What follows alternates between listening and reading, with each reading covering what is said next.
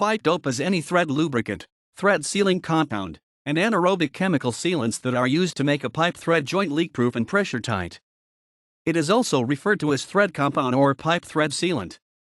Although common pipe threads are tapered and therefore will achieve an interference fit during proper assembly, machining and finishing variances usually result in a fit that does not result in 100% contact between the mating components. The application of pipe dope prior to assembly will fill the minute voids between the threads, thus making the joint pressure tight.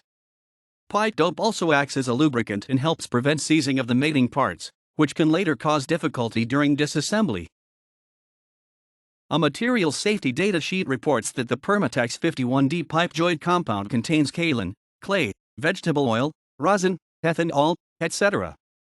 The ingredients are designed to fill minute spaces between mating pipe fittings, kaolin, and serve as a lubricant as the fittings are forced together. Vegetable oil. Various types of pipe dope formulation exist, the appropriate type being determined by the application, example pneumatic, hydraulic, caustic, etc., as well as the expected pressure.